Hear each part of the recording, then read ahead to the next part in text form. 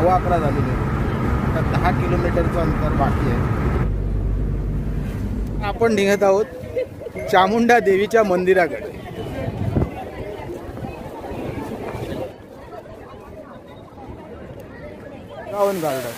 वृंदावन गार्डनचा हा परिसर.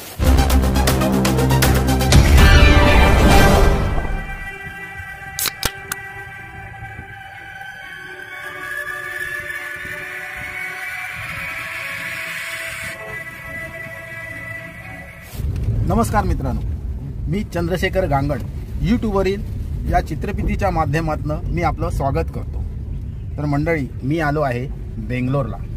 माझा मुलगा बेंगलोरला कामानिमित्त असतो, तर बरेच दिवसांनी तिकडे त्याच्याकडे जावं असं हे होत होतं, पण योग मिळत नव्हता. तर तो आता आलेला आहे आणि हा आहे माझा मुलगा सिद्धेश गांगड आणि मी माझ्या पत्नीसोबतच आलेलो आहे. तर माझा दादर ते बेंगलोर हा व्हिडिओ मी यूट्यूबवर अपलोड केलेला आहे, तो आपण पाहिला असेल अशी मी आशा करतो. आणि आता बेंगलोरला आला म्हटल्यावर थोडंसं फिरणंही होतंच. तर आज आमचा प्लान आहे मैसूरला जाण्याचा. आणि हे आहेत ती इच्छितस्थळी पोचवणारे मंजुनाथ. दोडनकुंडी एरिया आणि तिथलं हे IT पार्क. दोडनकुंडीपासून मैसूर जवळजवळ 150 किलोमीटर आहे. आपला प्लान असा आहे की पहिल्यांदा आपण चामुंडा हिल, नंतर मैसूर पॅलेस आणि नंतर वृंदावन गार्डन अशा पर्यटन स्थळांना भेट देणार आहोत.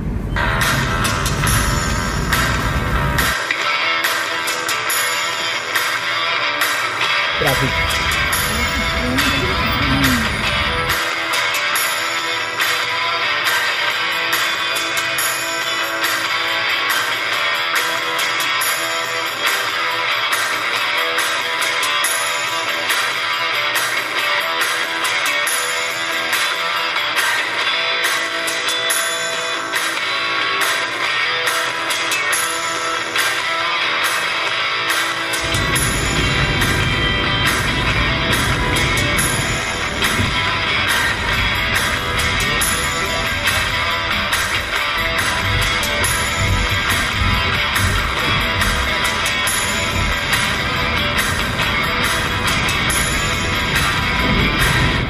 गाडीचे सारथी मंजुनाथ.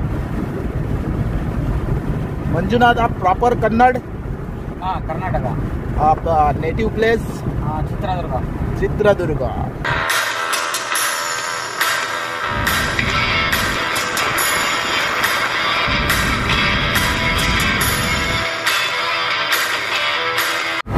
बेंगलुरू मैसूर 275 महामार्गावर प्रवास करण्याचा आनंद खरोखरच छान वाटला. आता 11:15 झालेले. आता 10 किलोमीटरचं अंतर बाकी आहे. तर मित्रांनो, पहिल्यांदा आपण चामुंडा हिलला जाणार आहोत आणि चामुंडेश्वरीचं दर्शन घेऊन मग पुढचा प्रवास करणार आहोत. तर आता चामुंडा हिलच्या प्रवासाला आपली सुरुवात झालेली आहे. चामुंडा हिलला पोहोचलो आहे. चामुंडा हिलच्या पायथ्यापासून ते वरपर्यंत 7 किलोमीटरचं अंतर आहे. समुद्र सपाटीपासून 3300 फूट उंचावरील चामुंडा हिल चौकाच्या मधोमध एका हातात खड्ग आणि एका हातात मोठा नाग धरलेला महिषासुराचा हा पुतळा पर्यटकांचं खास आकर्षण. आता आपण निघत आहोत चामुंडा देवीच्या मंदिराकडे.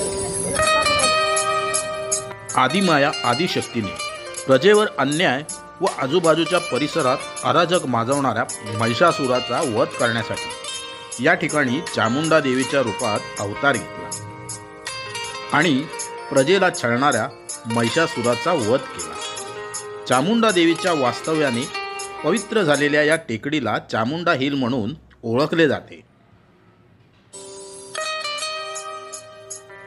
कर्नाटकात चामुंडा देवीला चामुंडेश्वरी म्हणून ओळखलं जातं. चामुंडेश्वरी देवीला कर्नाटकातील लोक नाडादेवी म्हणजेच राज्यदेवी म्हणून संबोधतात. शनिवार सुट्टीचा दिवस असल्यामुळे शाळेतील मुलं आणि भाविकांची प्रचंड गर्दी होती. मग आम्ही देवीचा आशीर्वाद घेऊन निघालो. तर आता आपण जाणार आहोत म्हैसूर पॅलेस. मेरे को बोल. मित्रांनो, चामुंडा हिल येथील एका व्ह्यू पॉईंटवरनं म्हैसूर शहराचं दिसणारं हे विहंगम दृश्य. हा समोर आहे तो म्हैसूर शहरातील रेसकोर्स.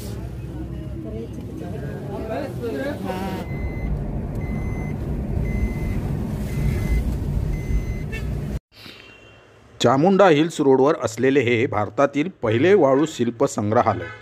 वाळू शिल्प कलाकार एम.एन. गौरी या मुलीने हे वाळू संग्रहालय 2014मध्ये सुरू केले. या शिल्पामध्ये 16 वेगवेगळ्या थीम असून त्यात म्हैसूरचा सांस्कृतिक वारसा आणि वन्यजीवन यांचा समावेश आहे.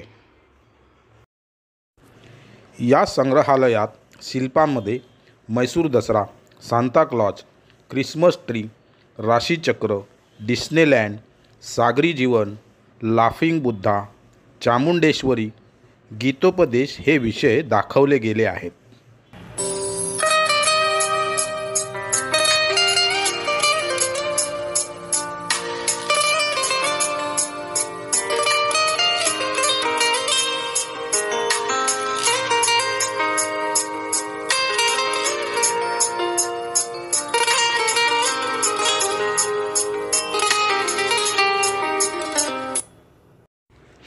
कर्नाटक राज्यातील म्हैसूर शहरात चामराजपुरा सयाजीराव रोडवरील ऐतिहासिक वारसा लाभलेल्या म्हैसूर राजवाड्याचा बाहेरील हा परिसर.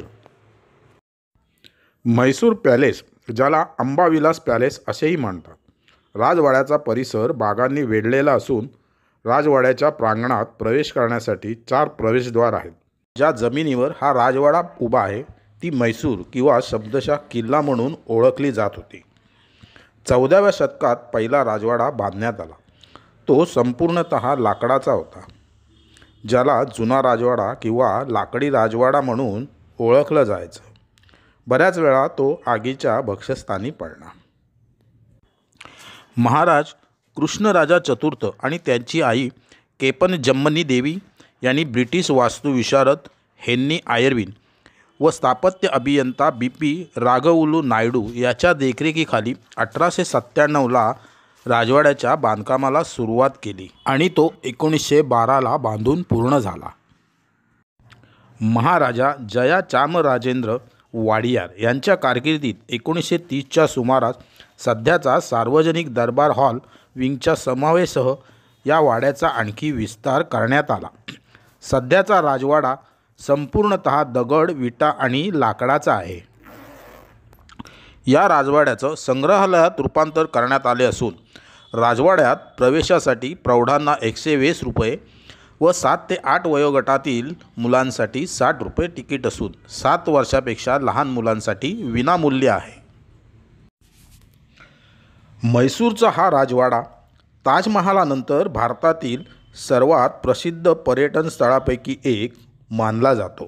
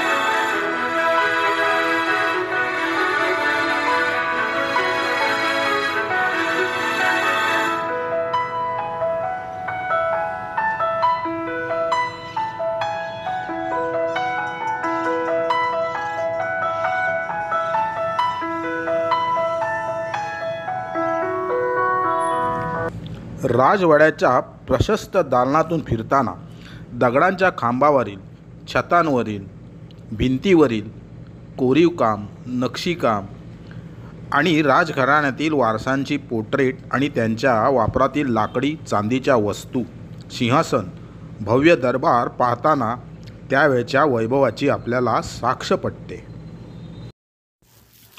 हिंदू, मुस्लिम, राजपूत आणि गॉथिक शैलीतील घटक एकत्र करून हा राजवाडा इंडो सारासोनिक आर्किटेक्चरचा एक उत्कृष्ट नमुना आहे.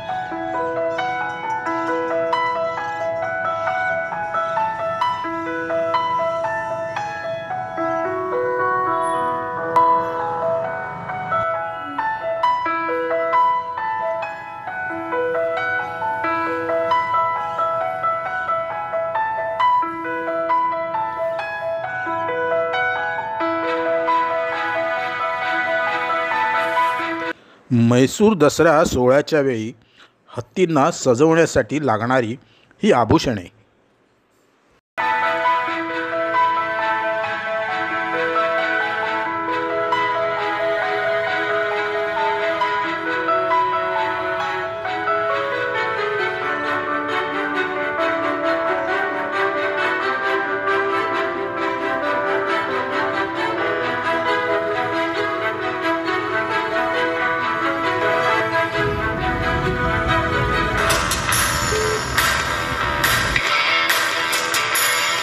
कावेरी नदीवरील कृष्णराज सागर धरण, त्यालाच लागून असलेलं तलाव आणि ही बाग. म्हैसूर येथील वृंदावन गार्डन, वृंदावन गार्डनचा हा परिसर.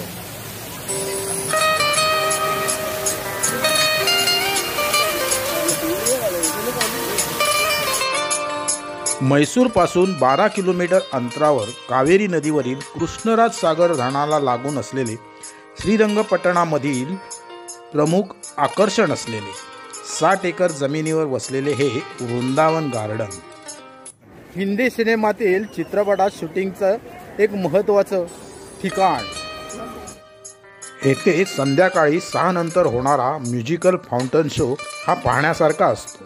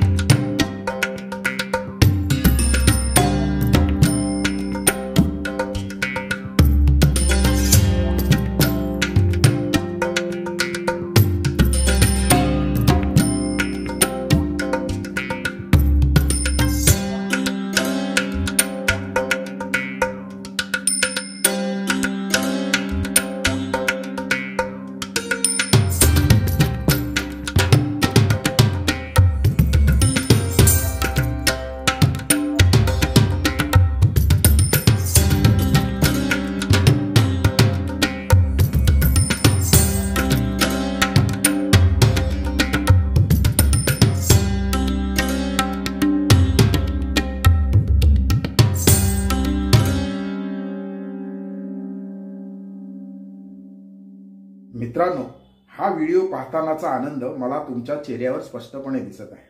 तर आपल्याला हा व्हिडिओ जर खरंच आवडला असेल तर एक लाईक जरूर करा, जेणेकरून मला आणखीन दुसरी व्हिडिओ करण्याची देखील प्रेरणा मिळेल आणि माझ्यासारखाच प्रवास करण्याचा योग आणि अशी पर्यटन स्थळं पाहण्याचा योग आपल्या जीवनात यावा हीच सदिच्छा. असेच आनंदी आणि हसत राहा. काळजी घ्या स्वतःची आणि कुटुंबाची.